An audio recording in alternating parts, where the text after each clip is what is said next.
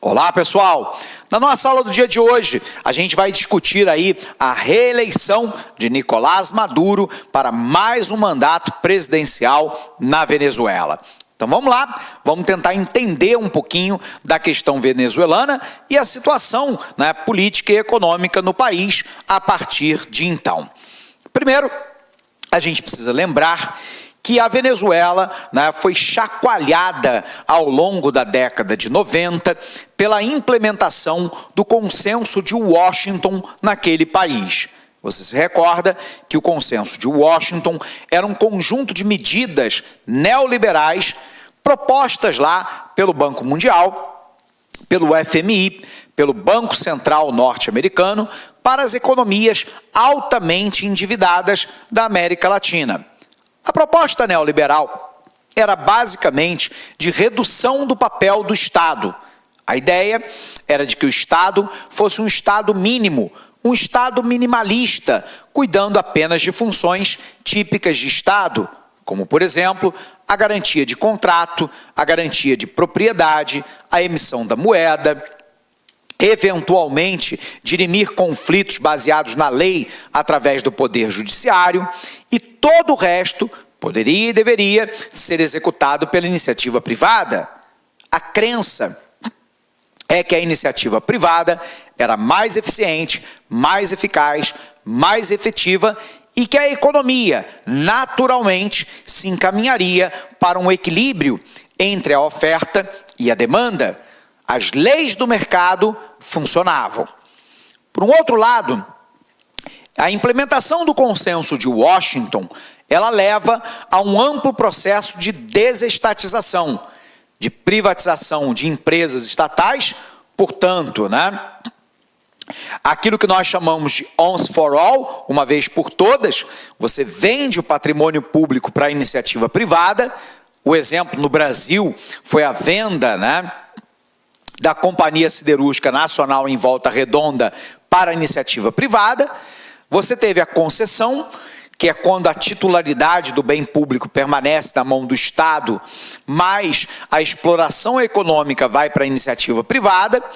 No Brasil, o exemplo é a concessão de aeroportos e de rodovias federais, de telefonia e de distribuição de energia, e, ao mesmo tempo, a autorização para que a iniciativa privada oferte determinados bens para a população como um todo. Esse processo, na América Latina como um todo, desmontou o Estado. E o desmonte do Estado também sinalizou, em alguns países, o desmonte do seu sistema de educação, de saúde, de habitação popular, de mobiliário urbano, de medidas contracíclicas do governo para equilibrar a economia e por aí vai. O resultado foi o controle da inflação em boa parte dos países da América Latina, porém, determinados dramas da sociedade, como o desemprego, a pobreza, a miséria, a desigualdade socioeconômica, a falta de acesso à educação e à moradia, saneamento básico, saúde, dentre outras questões, não foram equacionadas pelo neoliberalismo. Bom, a grande questão, então, é que o então coronel do exército venezuelano, Hugo Chávez, vai tentar dar um golpe de Estado contra um governo democraticamente eleito, mas que era um governo de direita, neoliberal. Nós sabemos que esse golpe foi fracassado. Hugo Chávez será preso, condenado e depois anistiado. Ele monta um partido político que é o PSUV, o Partido Socialista Unido da Venezuela, e consegue se eleger presidente. A Venezuela, então, ela começa a articular um organismo de interação internacional que ficou conhecida como Trupe Bolivariana. Nós tivemos lá o Equador, comandado pelo Rafael Correa, a Bolívia, comandada pelo Evo Morales, e a Venezuela, comandada pelo Hugo Chávez. A ideia de Chávez era lá de fazer um contraponto, abre aspas, aquilo que ele chamava de domínio do Império Americano sobre a América Latina. Por um outro lado, ele traz à memória da população a figura de Simão Bolívar. Simão Bolívar foi um mestiço de espanhol, né, com latino, que havia lutado contra o domínio do Império Espanhol sobre a região chamada de Gran Colômbia, que hoje pega lá o território da Venezuela, da Colômbia, né, do Peru e por aí vai. Essa tentativa de Simão Bolívar, chamado de El Libertador, né, não foi ao seu intento final.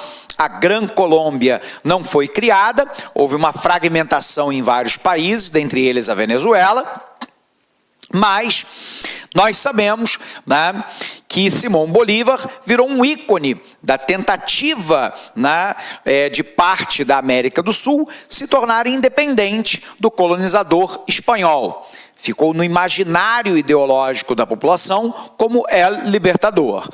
Nós sabemos, então, que Hugo Chávez se apropria dessa figura ideológica de Simão Bolívar, inclusive mudando o nome da Venezuela para a República Bolivariana da Venezuela. Hugo Chávez inicia, então, a implementação daquilo que ele chama de socialismo do século XXI, fazendo um contraponto ao consenso de Washington e ao pensamento neoliberal. Ele inicia um movimento contrário, de estatização dos meios de produção, ao mesmo tempo do aparelhamento das empresas estatais e do poder público com partidários do PSUV, passa a controlar, né, a mídia, o judiciário e o legislativo do país, se manifesta claramente por atitudes antidemocráticas. Por exemplo, ele faz uma caça à oposição do país, ele fecha grupos midiáticos, cria uma milícia armada para defender a Revolução Bolivariana, né, que se constituiu num verdadeiro exército em paralelo às forças armadas do próprio país. Por um outro lado, toda essa política se baseou numa política profundamente populista, que é aquela que ataca a consequência do problema e não a causa, e isso tudo fluiu, abre aspas, relativamente bem, enquanto a Venezuela tinha, né, a sua economia calcada fundamentalmente na exportação de petróleo. Lembrando, a Venezuela é a 6ª maior produtora mundial de petróleo. Ela é membro da OPEP, da Organização dos Países Exportadores de Petróleo. Quando nos anos 2000 a commodity petróleo alcançou o preço de 130, 140 dólares o barril, a Venezuela, abre aspas, estava nadando, né, nesse dinheiro obtido com a exportação de petróleo e podia... Olá, meus amigos, minhas amigas, sou o professor Luiz Antônio de Carvalho e com muita satisfação, muito orgulho, estou aqui para fazer um convite muito especial para você. Você que está estudando para o concurso da Polícia Militar do Estado de São Paulo, nós aqui da Lá Concurso, nós elaboramos um super curso para vocês, um curso que atende 100% do edital, ponto a ponto do edital, um curso super atualizado, super competitivo, por um custo super barato para vocês. É o famoso bom, bonito e barato. Este nosso curso custa apenas, preste atenção, é isso mesmo, 10 parcelas de R$ 25. 10 parcelas de R$ 25, você vai estudar em alto nível para o concurso da Polícia Militar do Estado de São Paulo. Bacana, meus amigos? Então espero vocês aqui na Lá Concursos. Esta aula que você assistiu foi uma aula demonstrativa. O restante dessa videoaula e muito mais está lá no nosso site da Lá Concursos. Vem comigo, um forte abraço, fique com Deus, tchau, tchau. Clique lá.